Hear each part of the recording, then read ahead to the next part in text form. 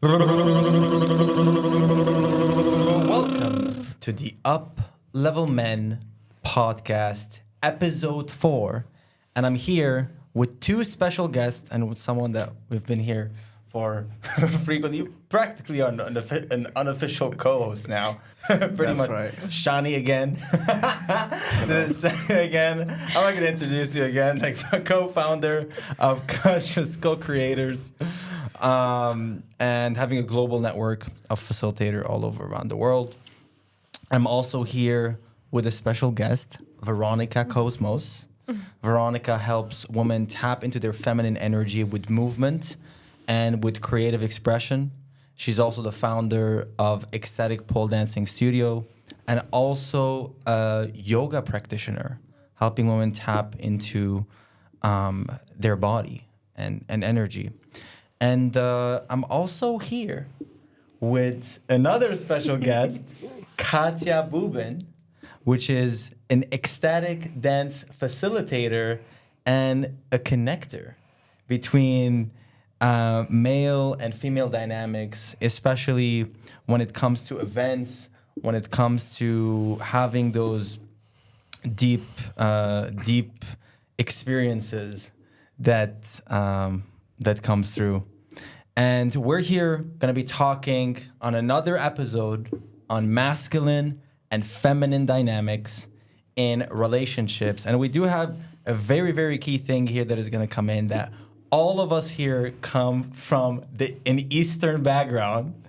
Katia coming from Belarus, Veronika coming from Ukraine, Shani coming from Pakistan and living in the UK, and I'm coming from an Armenian, Lebanese background, and now living here in Portugal. And we're all essentially living here in Portugal. And one of the main things that would really start off is basically how did that shift came through when we started from that Eastern European mindset about what is masculine, what is feminine dynamics, gender roles, how we've seen the world, how we've perceived the world, and how we came through in the West right now, and how this is actually going. And I would like to start again with Shani.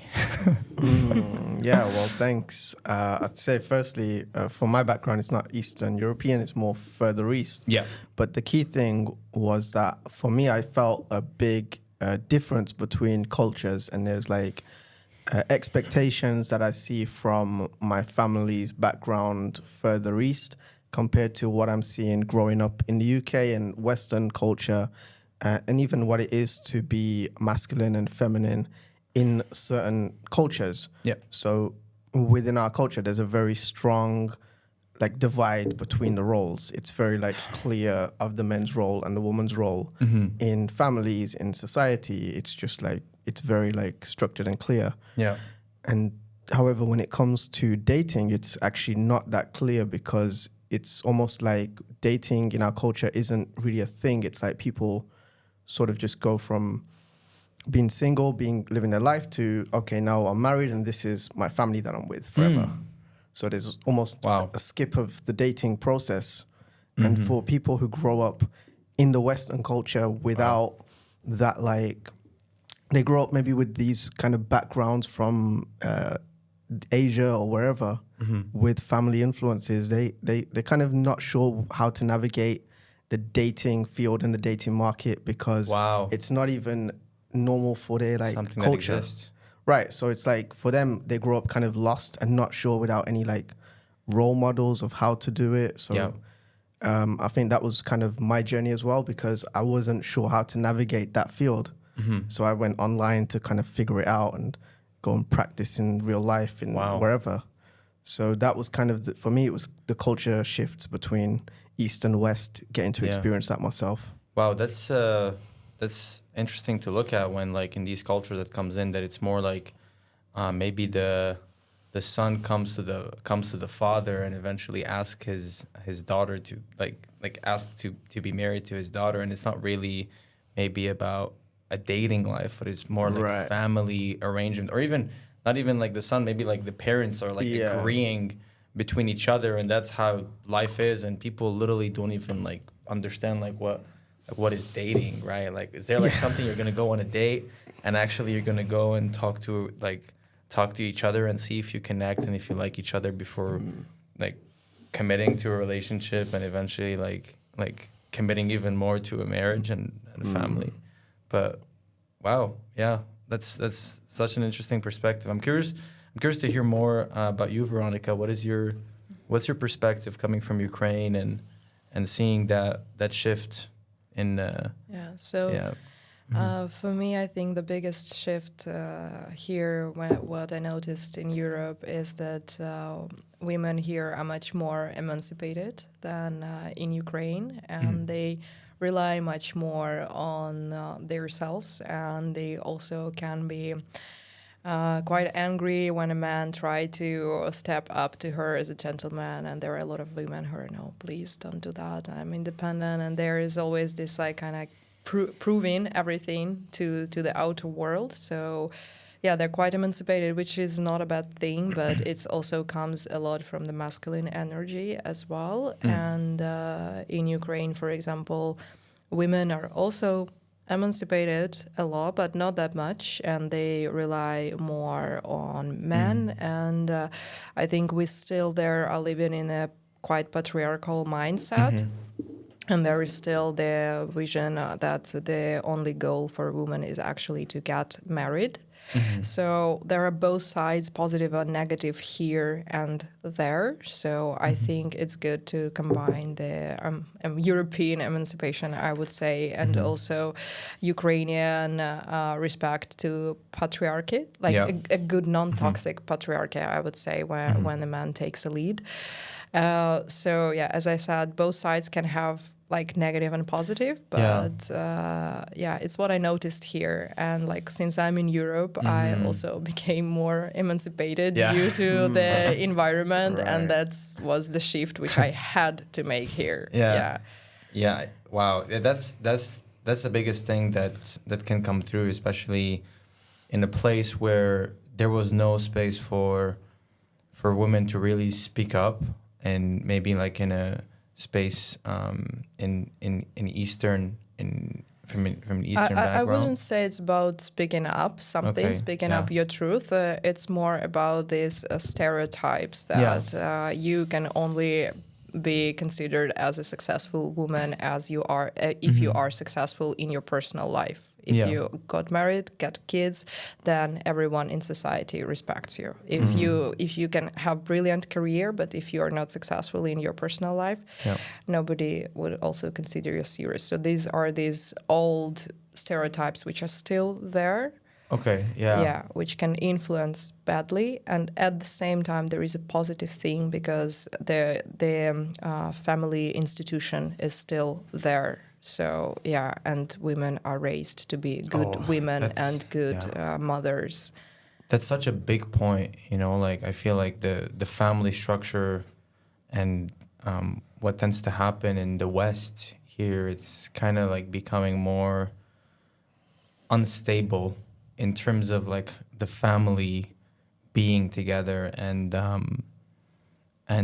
that's what I really like to see, where it's like in from Eastern cultures and Eastern Europe and Middle East and Asia, they tend to have like that really, really strong sense of orientation towards family.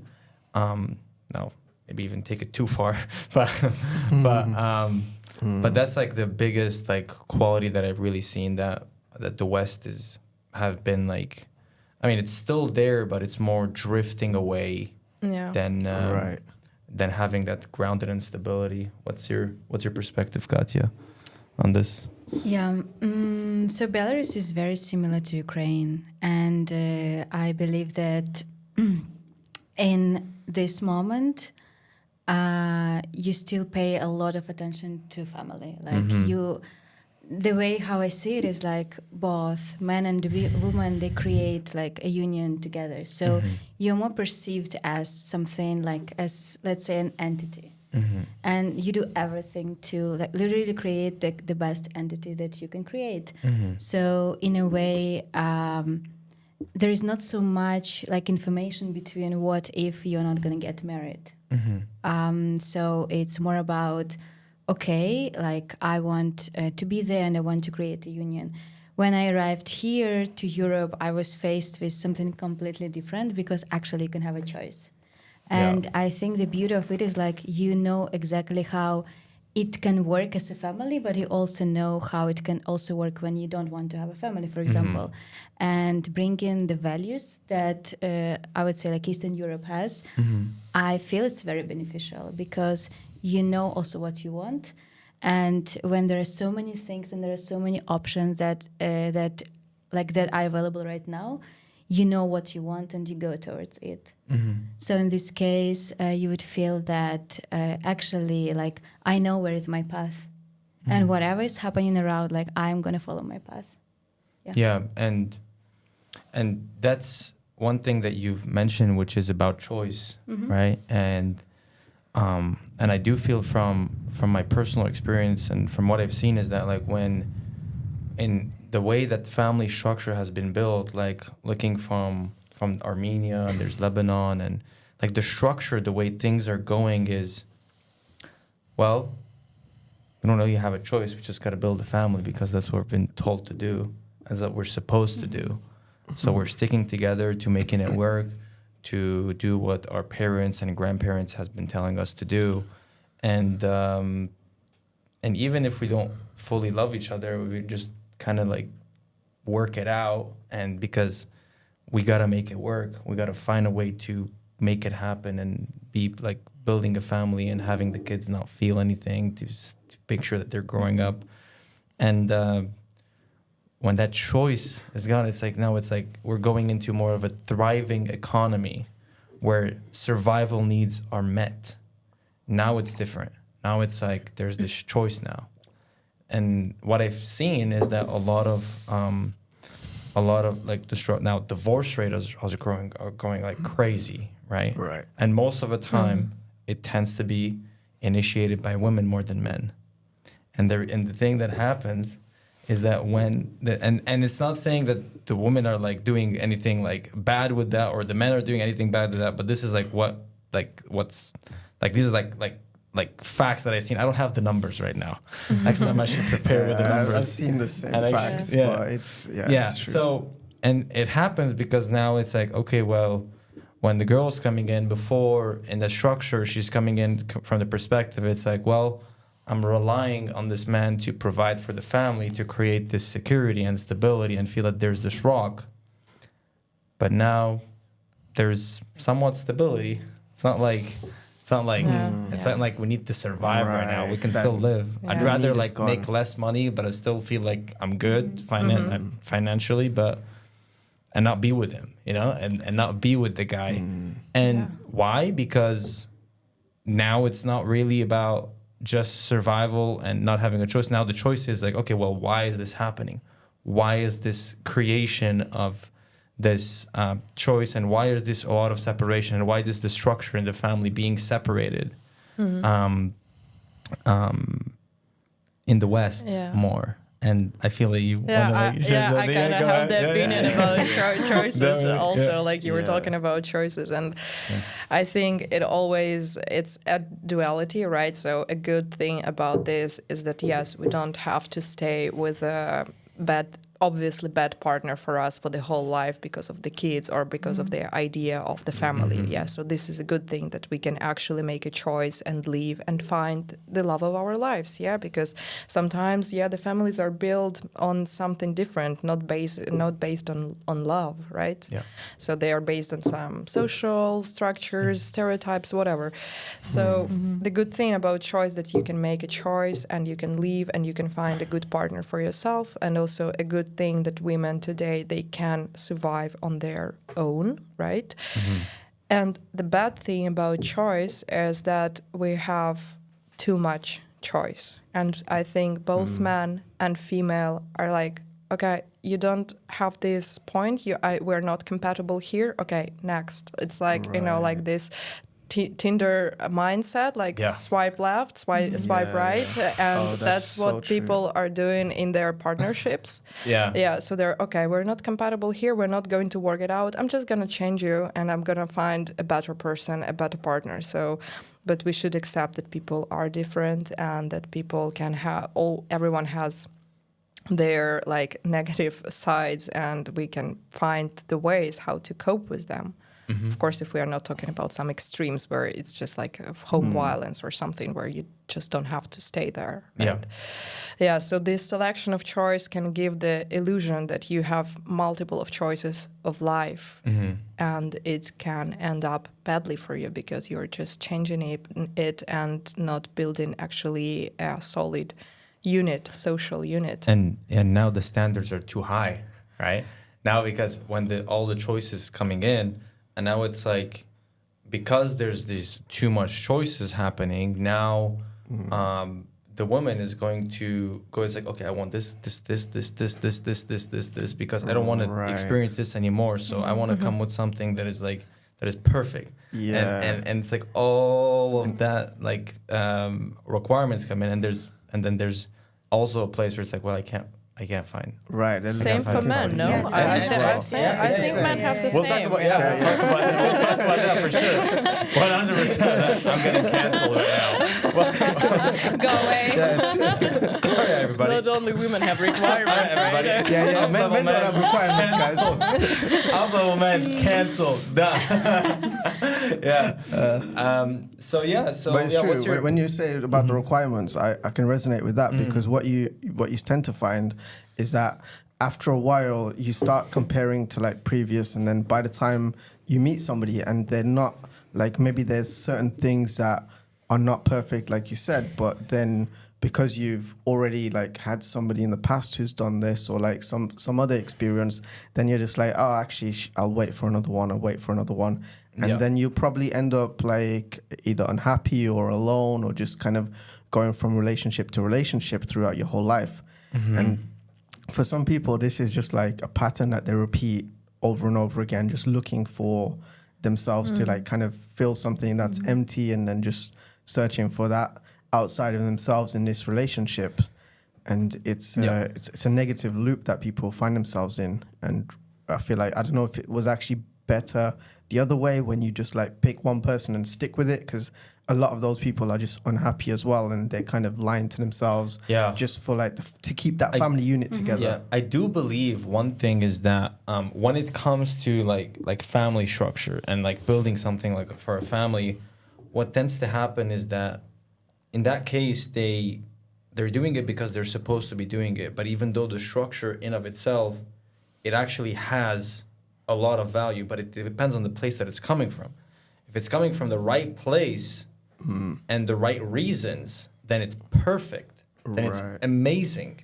It's so good, right? And that's where it's coming in, where like, and that comes back to lust, right? And that's what comes in, because like what tends to happen with guys is that like as soon as lust takes over, now they want to fuck all the girls, essentially, right? And that's what happens. And then the girls can't trust men anymore, because now it's like, okay, where's the courtship? Where's the safety? Where's the emotional needs? Because there's the attraction, but where's the safety that is coming up? And then all of that happens, and then when all of that lack of trust is happening, when a guy is coming in that have never had the space to really step up, they're always like in the people pleasing mindset, and they don't even like show their personality, so they never really are even polarizing enough to attract a woman that would actually want to be with them. Not even reaching a point that they would actually commit and actually creating safety, right? And that's the main thing that I come through, is that like, and because I come from from men's coaching, where I've been helping men transform, letting go of trauma and healing, but also a big part of my work is like growing this corn addiction coaching company. The corn addiction coaching company, which is helping men overcome corn, right? And that's the main mindset that comes in, where it's like always sexualizing everything, and this objectification of women that comes in, that is very, very deeply ingrained. And it reaches a point where it kind of like it's kind of like takes over you, right? Because sexual energy is incredible, right? It's beautiful. It's a divine energy. It's a divine energy that God has given you to create and have fun with it and explore and do things. But when it takes over you, that's where it becomes, that's what's all this instability comes in. And that's what I personally believe what's happening in the West. And that's what I believe it's dissipating the family structure, because now there's no trust anymore. There's no trust in most men. and that's the reality of the situation. And I also, what I've seen is that I don't know how I got into this topic, but because I wanted to say something, like you were saying something that I wanted to link to everything. Everything was. I wanted to relate. There was a point to it. Right? Yeah. There's a point. There was like the link that I was like trying to communicate here is essentially when before in the back, when they had no choice and they were doing it because they were supposed to be doing it. The guy was coming in from a perspective that he needs to bring money and needs to bring financial security, but most of the time there was no presence, leading the woman. Maybe she's feeling physically safe, but the emotional safety was not there. At that time, in survival economies, she doesn't have a choice, so she's going to stay here. Because otherwise, what's going to happen? Like, I'm just going to go on the street. What are we going to do? That's true. But nowadays, she gets like 20 guys DMing her on Instagram. And then if she's not feeling that emotional connection from her partner, she's like, well, there's all these guys who are like texting me every day. Like, why am I putting up with this? Yeah, but even before coming to that point in like where the West, there's like the DMs and stuff, and that's a valid point, by the way. It's like so many horny men. It's like so a lot. But yeah, anyways, coming back, it's a lot. I think it's actually like the way how I see it right now is like it's not only about the men, because the same situation happens also with women right now. Exactly. And we'll talk about that for a second. Right, so the point that I'm trying to make, I just want to like do that, and then like we can like jump into the other stuff, right? Keep going. You're so much. It's good. Yeah. So now like the survival safety is not there, right? So now she's like looking at the emotional presence, and when this guy doesn't understand what even presence is, now there's no safety. And now, because like, I thought that was supposed to be like just providing and that was it. But where's your presence, right? Where is the presence? Like, where's the energy, right? Like most of the time, like that comes in where that safety and that polarity comes in is that when the girl can feel that you're inside her without doing anything, just like presence. Like you can feel like there's this enveloping energy, and yeah, that was the thing that I wanted to link with all of that, because now that there's a choice and there's no presence, all of that is happening. All of the instability in the family and all of like the choices that are coming in, where like the girl has like all of these other choices that she could choose from, and now she can get out. She has all of these DMs that are coming in, and this the instability comes in, right? Yeah, definitely. I would say also like we need to remember that the way how it looks right now, we have corn that can be like where actually men can really educate themselves how to do it, and this is what they would expect. And on the other side, there is, for example, all these spiritual practices that where, for example, there is tantra, there is like a lot of other things. There is nothing in between. So what really happens is like the man gets into the world and he actually does not know how to, like he does not have any tools, like the one that he can actually use. So the question here is like, I think as women, we are like more privileged in terms of this, because we don't see this connection. Like we have so many tools, we have so many like ways to connect, to talk, like we can just meet as like female friends and we can just discuss everything. Whilst I believe for men it's totally different. So I also believe that as men you would love to reach out to this level, but you just don't know how to get there, you know? And it's like, I think this is the most important thing, is like how to be able to create the place where actually you have like access to it, how you can actually like how you can hack us, how you can hack our like emotions, like our codes, what really like affects us, instead of like you should do it in this way, you should do it in another way.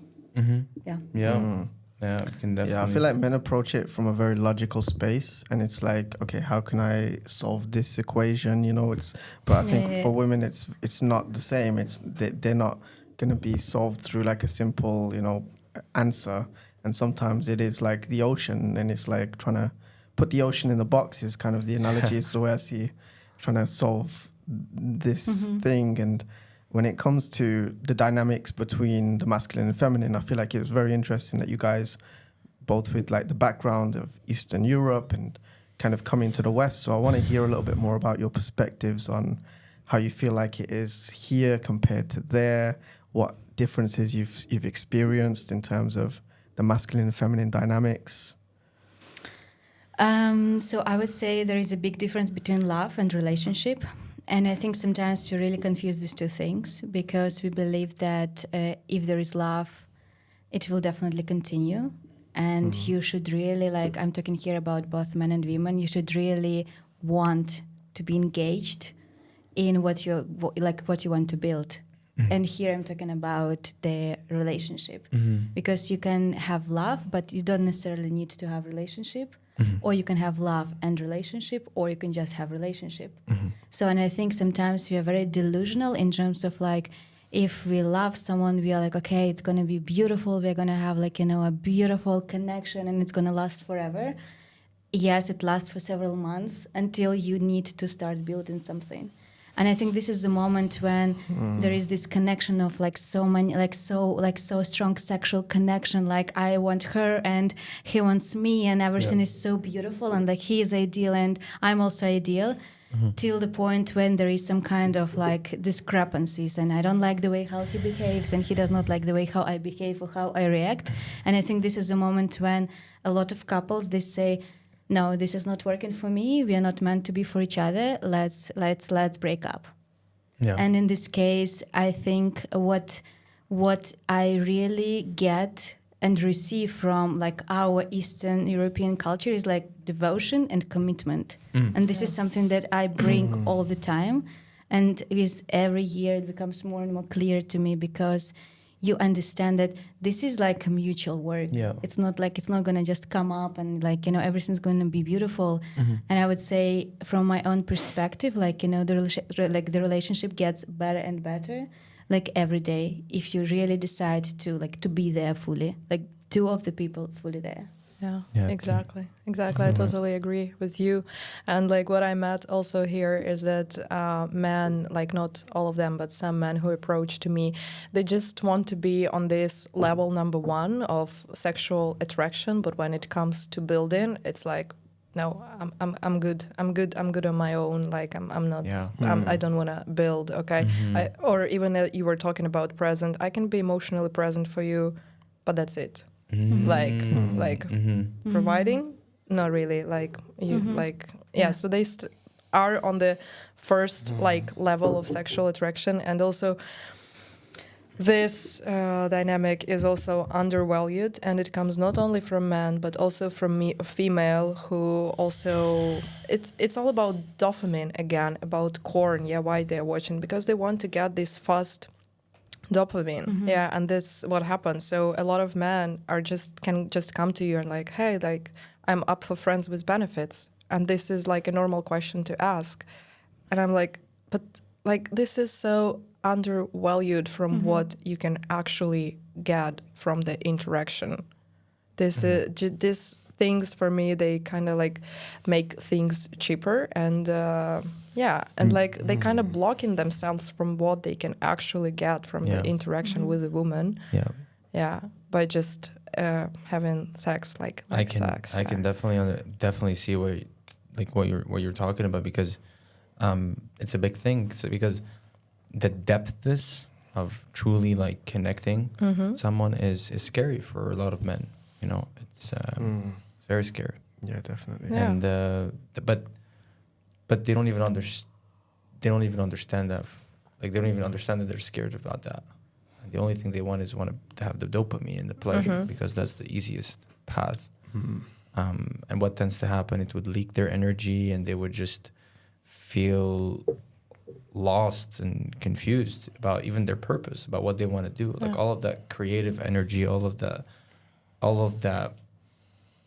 energy that they could be tapping into to building something with someone or even building it with themselves is just like gone on something that like it's just a fantasy, right? And it's not, fantasies are incredible, right? Fantasies are amazing, right? But where's the place that it's coming from? Is it coming from a place of lack? Is it coming from a place of trying to fill void and using someone to fill that void? Or is it coming from a place of conscious awareness and really seeing it truly for like the soul? And as I told, it can also come from females as well, because they make it also very easy for men to get. So that like they know, like if this offer doesn't work with me, he can offer it to another woman and she will be okay with it. And that's totally fine. I don't judge. There are different phases of your life where you want different things and the different ways of how you want to explore your sexual energy. Sometimes it can be the way of exploration also. But if it is already like a lifestyle, so also like as I'm telling females, just make it easier. Man, they don't challenge them enough, I think. I totally agree with you. I think it was like a while ago, like several centuries ago, it would take like month for a man just at least to approach a woman, just like to check, like to be able to look at her like fingers, to be able to look at her like arms, because everything was covered. Nowadays what happens is like it's so easy, and it's like you don't need to do anything. What sometimes when it happens is like the woman picks up the guy, the woman is able to pay for the guy, like the woman is able to do everything and the guy does not need to do anything. And like if everything is delivered, like as a guy, of course I would take it, Why do I need to try hard if everything like is just for me? Why not? And that's really like that's what destroys a guy. Right, getting things easy, and then you not having to work to improve yourself, for sure. That's the most horrible thing a guy could go through. Just having everything easy, because there's something called testosterone that us have, and that's not actually going. It's basically going like to the gym. You don't go to the gym, you're gonna be like fluffed up, and then fluffy like a dough. And I don't think it's always about time. Like you need to wait a month or half a year or whatever. It's first of all about true connection. So like if you feel really connected to a person, it can happen even like a first day, right? But the thing is, I think the problem that people may not understand if it is a true connection or if it's just a desire. Yeah, and I'm also like one thing to drift away a little bit is I'm very curious about both of your experiences when coming from your background and actually going into this journey. She's like, brace yourself. Come on, shoot it. Wow. She's Let's like, open it. Let's open it. Open that box. Open it all the way in. The journey to self-actualization and an awakening, and like how did you end up going into this world of spirituality and presence and meditation and getting into this conscious world? It's something that not a lot of people have had the opportunity to see those things from that different perspective and paradigm. Starting with you, Katia. I thought it would be the second one. I think with the age, you start feeling even a lot more valued, and you really recognize who you are. And I remember myself when I was like 18, this moment when living in Belarus was so different from living in Poland even. So for me, like Poland really raised me in a way that I started going to the parties, my first times, connecting really with guys, seeing what is going to happen there. And at the beginning, like you really try to navigate this world, which is so new to you. And like you are also seeing the rules of this world. Like I would say Poland is a little bit similar to Belarus in a way, and also to Portugal in a way, because they're still like, there are men who are able to provide and who provide, but there are also men who like half, for example. And just being able to understand where you fit in, and just to see, okay, what is the rules of this country, you know, where like what is really happening, what is the dynamic between men and women. And for me, I think it was more about the connection with my body. Like when I started to realize like that actually I used to work in a corporation, and I used to work a lot, and I used to work like, you know, 10 hours like per day. And for me, it was like one of the ways how to deal with all my emotions that I have. And at some point I'm like, I don't feel anything. And like, I don't feel the pleasure. I don't feel like if I'm sad, I don't feel like if I'm happy, like I don't feel anything. I'm like flat. And this was the moment when I realized like, no, I don't want to feel like this anymore. Like I want to experience what is there. And the first wave that would come is like lots of grief and lots of sadness and lots of this rage and anger. And it was the moment when actually like Tantra came into my way, and Tantra like helped me a lot. And just being able to understand, I think we are so privileged, you know, being raised in one country and living in another country, and choosing what we can take from our home country and what we can take from the country where we live right now. I think it's super beautiful, because you are really able to kind of make yourself so flexible, but at the same time really knowing your values and understanding that there are some things that you are not fine with. Being able to openly communicate about it and also being fine about it, and also understanding that sometimes it will trigger like the community around you. And when the whole community can be like so full of options and like, you know, like really trying so many things and like really like feeling that like there is no so much value in the relationship. I think this is what like lately I have been feeling like so much sadness, you know, because like we don't value each other as humans. Like women don't value men and men don't value women. And you can create so many precious connections, you know, when you stay with each other, when you get to know each other, when you experience the world with each other. And knowing it and like knowing that, okay, I'm not fine with it, and like I'm not going to follow this path. The path of, for example, what like maybe a lot of people are following, because I know my rules, I know my values, and I'm going to just follow my values. That's really beautiful to follow whatever you feel you want to follow, instead of whatever you feel that you're supposed to follow. Actually follow through what you feel you're gonna follow. Definitely. That's amazing. And I want to emphasize what you said there about the body, because I feel like a lot of people have brought this up in most of the podcasts that I've been in. It starts with getting in touch with your body. So you can't really feel something of knowing where you want to go until you're actually in touch with your own body. And for a lot of men, we are so disconnected from our body. And when it comes to this, like this experience of in the West, everything we've been talking about, maybe if men were more in touch with their body and realizing how each interaction, each like experience is like an energetic connection, then they'll probably be a little bit more careful of the way that they share their energy as well. And for me especially, like I think there was a time when I was so disconnected from my body, I didn't even know I had one, you know. I was just like, I relate much. I'm just a head with legs, you know. That's it. It was just like going like a headless horse, you know, running around life. But that's why I wanted to bring it back to Katia, because I feel like for me, going to your ecstatic dances really helped me to bring me more into my body. And that brought so much more into my life in other areas just through this actual practice and connecting. So yeah, it's amazing that you are offering this space for people to dive into that work. And when they connect with their body, then they can actually go to the journey of seeing what it is that they want and then going into their path from there. But until you connect with your body, you're just like... And listen to it. You're just kind of going on autopilot. It's like someone that is eating because he's supposed to be eating, but doesn't feel hungry.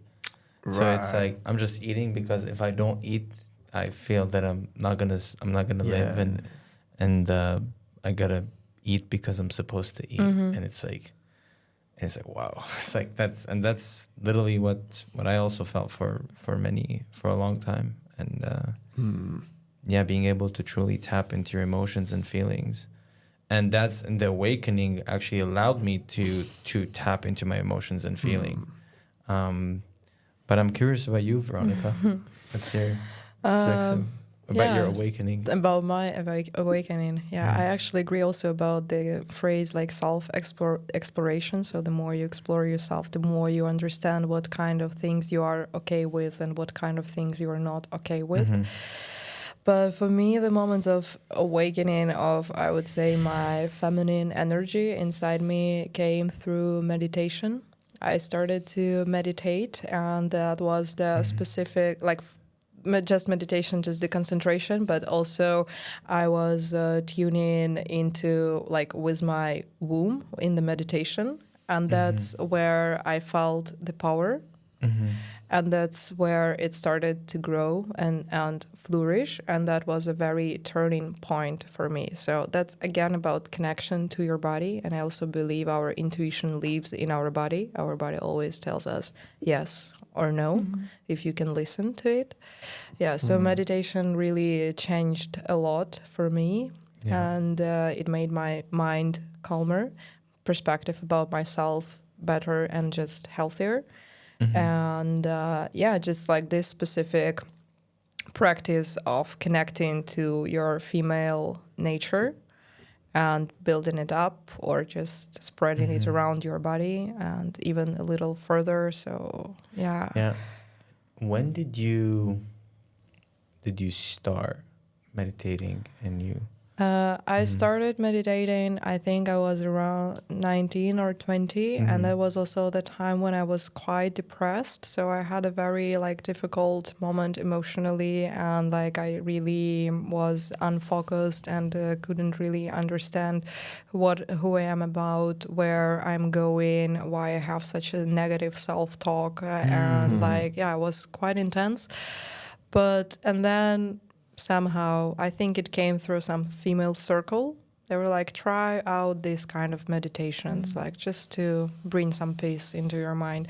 So and I started doing this, and I really changed, and it's influenced everything in me. And so it was quite drastic. It's crazy, that level of change that happens, because just someone is sitting down and they're just being with their body. It's just it's such a massive change, and it's on the outside, it looks like, what is this person doing? They're sitting down, closing their eyes, and they're actually being in their body. And it's for most people, it's the first time I did it, I felt so weird. I felt so weird. I literally felt what was the first time you did it? What if I was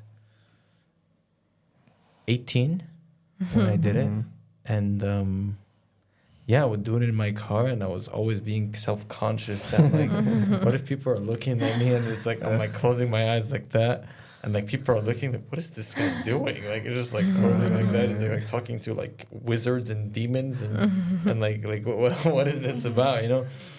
So it was this secret, this dirty little secret that I had, and I was just hiding it for a very long time, and it felt like a hidden superpower. It felt oh wow, I'm present now. Everybody's in their head. I can see it. And it's feeling. It just changed. It just changed me. I could finally feel. I had a compass. I felt before I didn't have a compass. I felt that I was always thinking, what is the compass that I'm following through? But now, with having a compass, it not only made me more connected with myself, it made me tap into masculine energy again. And it made me feel much more present. And when I'm actually present and showing up to the world whenever it takes whenever it's about taking action, I'm kind of like in tune with what is going on, and it felt really effortless. Whereas the other point, I would just like force it, and I was like, do that, because that's what most people think what masculine energy is. They would like forceful energy, and they would just like head on, go ahead, hustle culture, discipline, and force it, and you got to be consistent. But when you do that, you disown a huge part of yourself, and you feel like there's no compass anymore. So you're not even in tune about it, which I believe is the same thing that holds men back from truly like tapping into presence in the relationships and connecting and relate and with the woman and having that partnership. And that's interesting you say that, because I feel like nowadays, especially more in the Western countries like Portugal, UK, whatever, it does seem that masculine traits are kind of looked down on, and it's more that like, this is a negative thing to be masculine, and people associate it automatically with like the patriarchy, with wars, with like people who are doing negative things. Fuck the patriarchy. So I think in Eastern Europe, for example, it's kind of they see it more as like just the natural way of the men kind of interacting with you. And I feel like maybe you guys have some views or your experiences with that, like how you feel it's viewed now, and for men growing up today in the West, how they are like almost demonized for just being themselves in some cases. I think personally, I wouldn't like to be a man right now, you know, because I think it's quite challenging. It's quite challenging because, for example, I just was recently in Serbia, like 1 week ago. And if you go to Serbia, you still feel like there is a strong polarity between men and women. You could really go and you could see that man is very masculine. It's like a wall. And what I've noticed, which was interesting, is like I was just next to this man. My body was so relaxed. And I don't know this man. Like I even did not talk to this man. And like I felt I was relaxed. Yeah. Which is very, very interesting. Like, and this is what I usually don't experience, for example, in Western countries, because we are fighting for being equal. What really happens is like there are no like sex, and like there is no female or male. Yeah. So like kind of everyone is like equal. So there is no like this division. And personally for me, like it's very like frustrating, because I want to be a woman. Like I don't want to be like equal, like this kind of something, you know, like in a way this AI being. yeah. Keep going. And I want to feel like I'm a woman. Yeah. And here sometimes like what I feel is we actually need to step into this power. Like I want to provide for myself. I want to make sure that I'm good, because I know that no one else is going also to do it for me. And because of that, I also feel like, you know, there is this fighting energy. Like if I can provide it, why do I need to have a man? That's interesting. I feel like for women today, they're kind of seeing that the masculine traits are the ones that they should have. Like they should chase the career, they should chase money. And if a woman today, her like ambition is to step into a feminine and raise a family, it's almost kind of looked down upon. And it's like, wait, you're not cool. trendy. You're not cool. Not trendy. Old fashioned. Just Yes. show all of your power, baby. You know, like everything. Right. And like, It's where's that the boss bitch vibe and all of that. And that's the thing that I believe that is really going on, is that when guys are coming in and like they're going the other end, and now they're just all flowy and emotionally and going with the flow, it's very shaky ground, you know, and it's like very unsafe. Even though they think that they're doing a service, you're not really doing a service. Like when you take care of yourself, you're doing a service for everybody else. Because if you're not a rock, someone is going to carry your weight. And if you're in a relationship, your girlfriend or your partner is going to carry your weight. And what's going to happen when she's going to do that, she's going to resent you, because she doesn't feel that it's her natural like energy to do that. She feels that she has to put effort to do that, because you're built in a way to handle all of that. You know, you're built in a way to handle the stress and the pressure, and like when you put it, you're put in a microwave, you can feel. You can get strong. You just get stronger. Like you get punched in the face, you get stronger.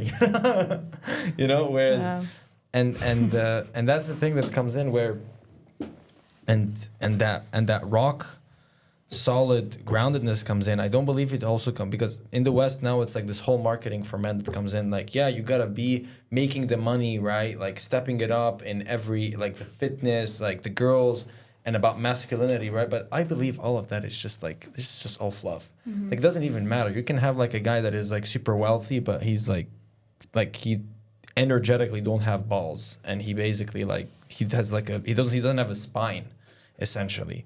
And that's what happens. It's like now these things can be a byproduct of becoming grounded, but it's really about being grounded, and that's that rock solid energy. Because the finances and all of that, they're essential for sure, but it's not the point.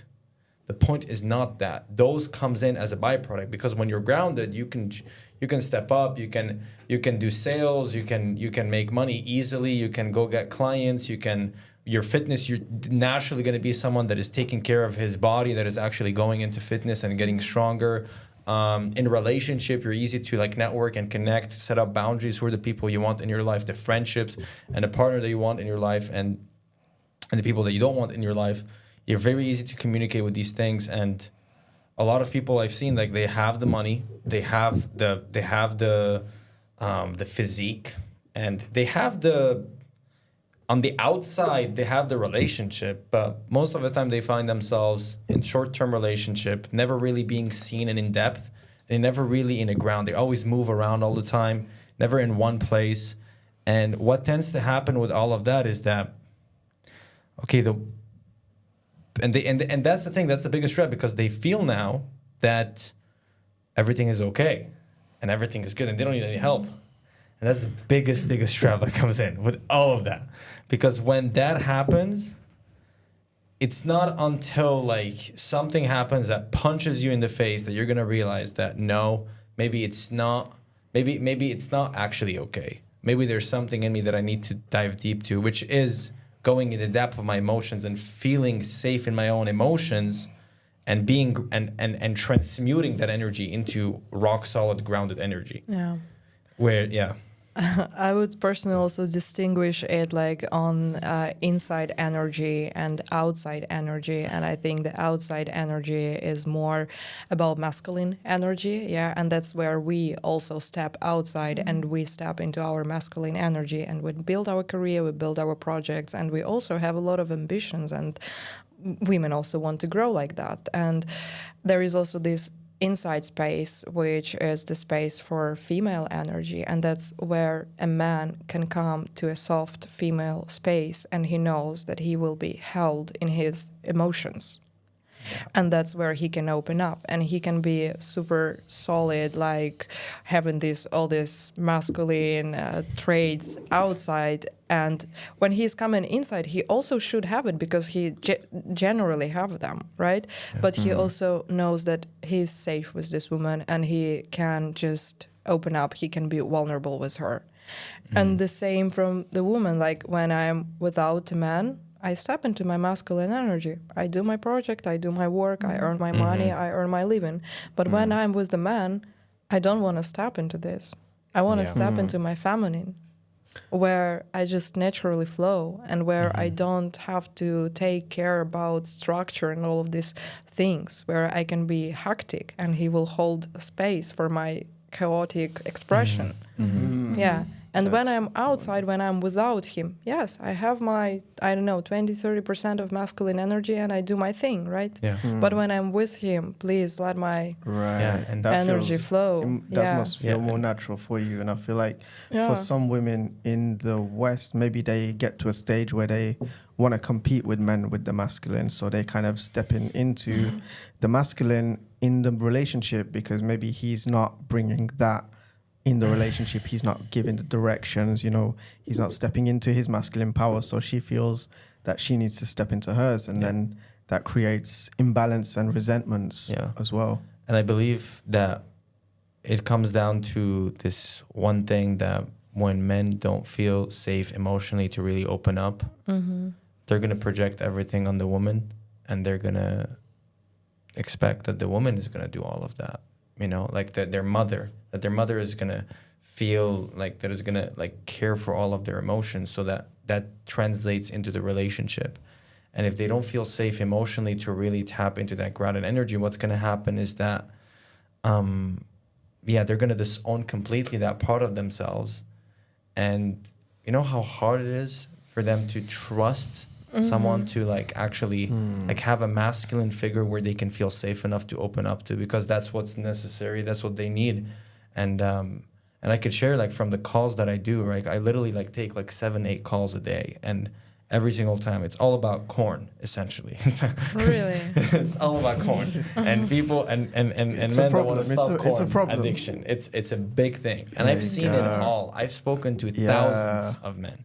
And I've seen it all, anywhere from 20 years old till 68 years old. Right. I mean, I've seen, maybe you're not aware, but for the men who are not in relationships, who are just by themselves, for them it's like it's almost takes on the role of a relationship, and it just becomes an addiction. Yeah, and it is. And one on top of it to mention is that looking at all of these people that I have spoken to, like I've seen people that were like they own a gym and they have a non-profit organization, and then they're coming in and they're like, I have this addiction, and they never trusted anybody to open up about these things, and as soon as they actually have someone that they can open up to, it's like a huge transformation. It's like, whoa, it's like finally I can really be honest. Finally, I can really be honest after such a long time.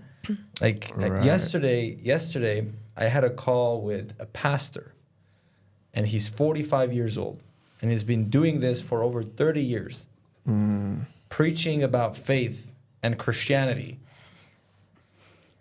Watching corn. Right. Such a beautiful mix, right? Yeah, and the thing. So first of all, I wanted to acknowledge that I feel honored and privileged to be in that space, to have someone confide in me in this and trust in me in this. And realizing that even people that other men look up to, they have that. And reaching a point that there's not that safe like space where they can emotionally feel safe enough to really ground themselves into the depth of their like origin and their complete natural self, because it's really like it hurts the ego for a guy to ask for another guy for actually support and being held. It hurts the ego. Right, women, you're very easy. And they even like it happens also to men who are in the relationship, right? I guess, Of course. Yeah. Of course. Okay. Yes. And it is. It happens in the relationship. Well, it comes back to what you said earlier about things just being easy. So now it's just like, okay, I'm having a bad day. I just pull up my phone, my laptop, and it's just right there, and I get to feel good for like 2 seconds and then feel bad afterwards. But then you just chase that immediate high. And I think for a lot of men, it's like it's actually just like them putting a band-aid on the real problem in their life. So they have like other issues that they're dealing with, their own like energy, their own problems internally that they haven't addressed, and they feel like, okay, let me just get a quick hit of dopamine, a quick fix to kind of feel good for a second. And then you do that enough times, it becomes an addiction. And for most men, that's like the life that they lead. It becomes this living through addictions. And I also want to emphasize something, that it's not that all men are like this, right? But this is a topic that I believe that like it really hits in terms of polarity as well. And it's crazy. It's all over around the world. It's like the biggest thing that I personally believe that it's changing the way people see relationship and people see everything. Right, because as we look at right now, like how things are going, like, actually, I don't even want to go. I don't even want to go. Like, I don't even gonna go there. So going back, Katia, Let's go just to another planet. Cancelled twice in one podcast. I think a really tantric way can be a good answer to all this. That's it. It's about discipline, right? Like everywhere.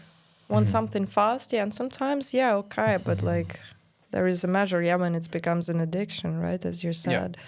And I think it would be good if men actually feel that it can feel good if they keep this energy for some time with themselves. Feeling safe with keeping it is a big being conscious with keeping it and then giving it with more presence. Yeah. Preferably to a good woman. Preferably. That's a I think good also woman. what I would love to add is that if you would notice around, you would see that most of the people, we are looking for instructions. So, for example, if you want to become a programmer, you need to do certain things. Like if you want to become the CEO, you need to do certain things. And we don't challenge ourselves to try new methods, to find new methods, and to see actually how even to work with our thing. So what really happens is like there is no instruction yet. So like, okay, we have an instruction, like there is corn, and like, you know, it pretty much like shows the exact steps, what you need to do in order to go from point A to point B. Yeah.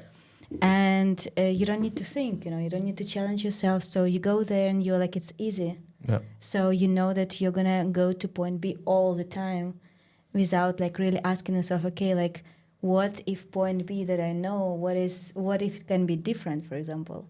And I also believe that I'm also very much into like Tantra and into Tantra rituals.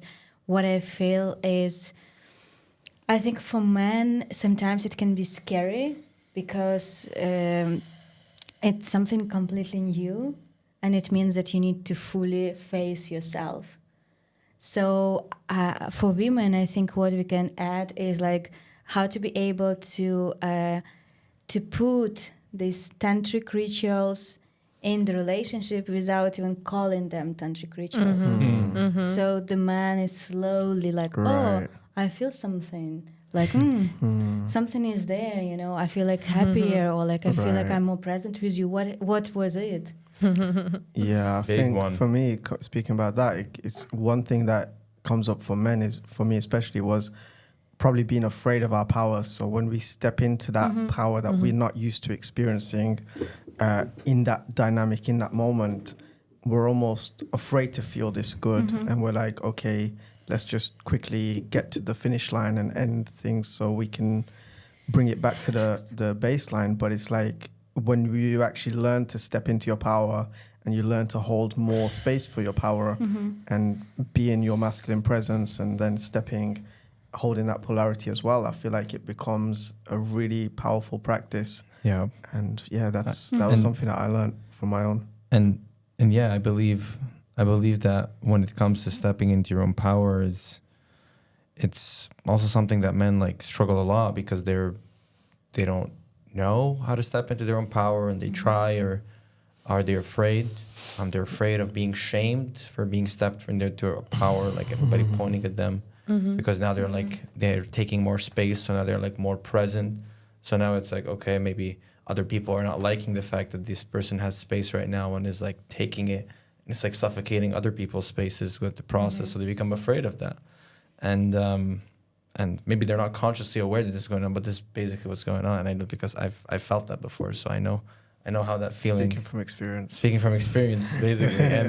And the thing is, it's like one of the main things that I've learned, at least from my personal experience and seeing it for men, is that when you follow through on your words that you say, you feel incredible. Like you don't feel guilty for taking space. You don't feel guilty for taking space when you have nothing to hide. When you do have something to hide, you feel that that you're taking space, and people are seeing that version that is taking space. But back in the back of your mind, when you come back home, you feel that there's a part of you that you're not showing, that you might feel shame about, and that you might feel ashamed about. And when you and you know, it's like if this person maybe saw that version of you, maybe they wouldn't want to be with you. Maybe they want to be around you. Maybe they want to do that. And that's how I felt also for a very long time. And it wasn't until I really like stepped up in committing to seeing my truth and really going to the depth of my fears internally, but also following through on my words, is when I think shifted, and I started to like look it up like differently, like showing up differently. And shame is a very huge emotion which can block so many things. There is so much shame in the whole femininity generally, like throughout the centuries. It's only now, like in this generation, when we start to break this shame actually around females. It's So true. it's only now happening, and there is still a lot of shame about even breaking this. You must see that as well, because you have the studio where maybe women come to try a pole for the first time, and how does that work for do they? Yeah, they're like, normally it's okay, but there are some cases when females come to pole dancing studio and they have these loads of perception about what is pole dancing about, and it's always beautiful to see how they start to peel the perceptions out, and also because this is a safe space, right? Because they are not coming there to impress a man, right? They come there to impress themselves, and they start to get tuned into their body. And you see how, like, out on the outside, she can be like a very modest girl, but then she comes to a pole dance studio and she's like, yeah, let's rock it, let's do that, and you can. Like, you have the credits to wear a sexy outfit, to wear sexy heels, and there is no judgment. There is no man who's gonna tell you, are you sexy enough or aren't you? So this shame is breaking there, and they're like stepping into this. Yeah, I can also be sexy like this, and nobody's gonna judge me. That must feel incredible. Like liberating. You facilitate that. Yeah, for me it's quite natural. I don't like have it, but when I see it in the people, it's always like, oh, it's so nice to see like that, and like you see how it was starting, and then like a few months later, shorts, tops, like the eyesight has changed, and this. Yeah, that's interesting, because I've done like calisthenics before, so I know like how difficult it is to like hold on to a bar. So maybe you don't really appreciate just how much strength it takes to actually hold yourself up in that way. Oh yeah. So there is like, it has that combination of like, you know, the strength and then the beauty. It's like the masculine and feminine parts combined. Yeah. Yeah, and I mean, first of all, about being able to move around and like flip around in the air and like that. I understand. I understand. I mean, like for me, like I actually did also calisthenics, and I mean, I did it for a while, but it was more like on strength. It wasn't on flexibility, but it would just be it's fascinating, you know. Yeah. It's just fascinating to like own up, like feeling the whatever shame coming up is actually owning that. And I believe that what you're doing right now is so applicable for men as well, when it comes to actually like owning their shame and actually opening it up, and living in a world, you know, like where there's no shame anymore. You can really truly step up in this truth of stepping in your femininity and feeling safe in it, and trusting into the masculine, and the masculine being like safe to feeling everything that you're feeling, and actually to stay rock solid and grounded. That's just like the vision, you know, the world to look at, like how. I think there is no world without shame, to be honest. It's just there. I mean, we can work through it, but it's just a big part of person. So yeah, I agree about that. It's owning, like feeling the shame and feeling it through the shame. Yeah. The thing is how deep you're going in this, how much you block yourself by having this shame. Right. Yeah, right? Or what stories That's you create actually as what well. distinguishes us from animals also, the shame, right? Yes, totally. Exactly. It's about if you create any stories about yourself because of the shame, and then it's about understanding, rewriting that and moving past it and transmuting. Because we talked about this the other day. It's like the levels of energy, and shame is like the lowest level. And in order for you to kind of level your energy up and go into more joy and enlightenment and peace, it's like it goes through certain stages, and it starts by letting go of the shame and letting go of the anger, and even things like desire. So if you're watching this and you want to tap into your masculine and feminine energy, like coming in right now, like one of there's many different highlights that we've been covering here, and one of the main things is about really like feeling the shame and really letting go and having a space to really feel those emotions. And you want to have that space where you can truly dive into the depths of who you are and transform, and not even like and reach a point where you don't even recognize yourself. You feel like you're completely stepping into a sense of groundedness in yourself, where you can appreciate the feminine energy and you can appreciate like the creativity and the openness and the feelings that are coming up. Then click the link down below. There's a community coming in, UpLevel Men community. I will see you inside. This is just the final aspect of the podcast. I want to wrap it up. Now, before we do, I just want to invite you all to share like one thing, like one takeaway, one lesson, or something that you would like to share before we end it off, starting with you, Katia. What comes to me right now is I think the more I live, the more compassion I have towards men. Mm-hmm. Because I understand that it's not only women who are going through so many challenges. You have like so many challenges that we're not aware of. Mm-hmm. And just to understand that we are like trying to like our best and we are thriving to create something beautiful. This is what I think creates a hope for the whole world. All right. Love it.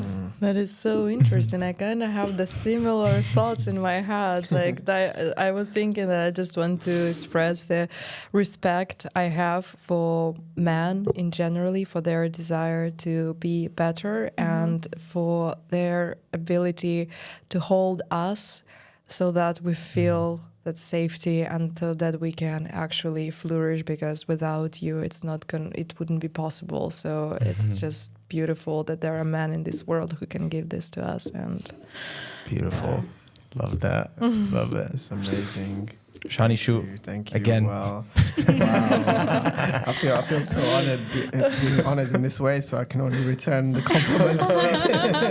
And I feel like, women bring so much joy, so much emotion, so much beauty and grace to every room they step into. And I feel like it's something that maybe men feel a little bit ashamed to appreciate from time to time. So it's just taking the time to appreciate you. Women are truly beautiful beings and appreciating them and really like using that as an inspiration to step up into the masculine role and actually ground it and going deep into your inner self. And not only like the physical aspect, that's definitely follow through on your word and commit and discipline and do the work, like show up, step up, right? Don't just go flowy and I'm going with the flow and life is good. And there's a time for that, 100%. There's a time for that. But that's all who you are, right? So that's the first one. But second thing is going to the depth of who you are and truly going to actually have that compass. my tongue just like rolled over for a second. UpLevel Men. This is where you roll over your tongue and say compass. Okay, yeah. So the compass to really be present and really have that grounded, stable, enveloping energy with the people around you. So this is UpLevel Men podcast episode number 4 with Katia Buben Veronika Cosmos and Inspire with Shani.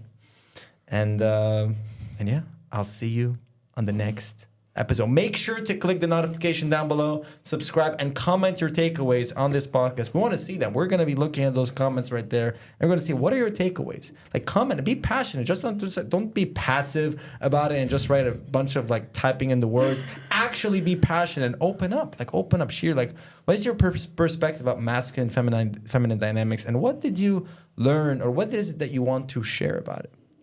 I'll see you on the next episode.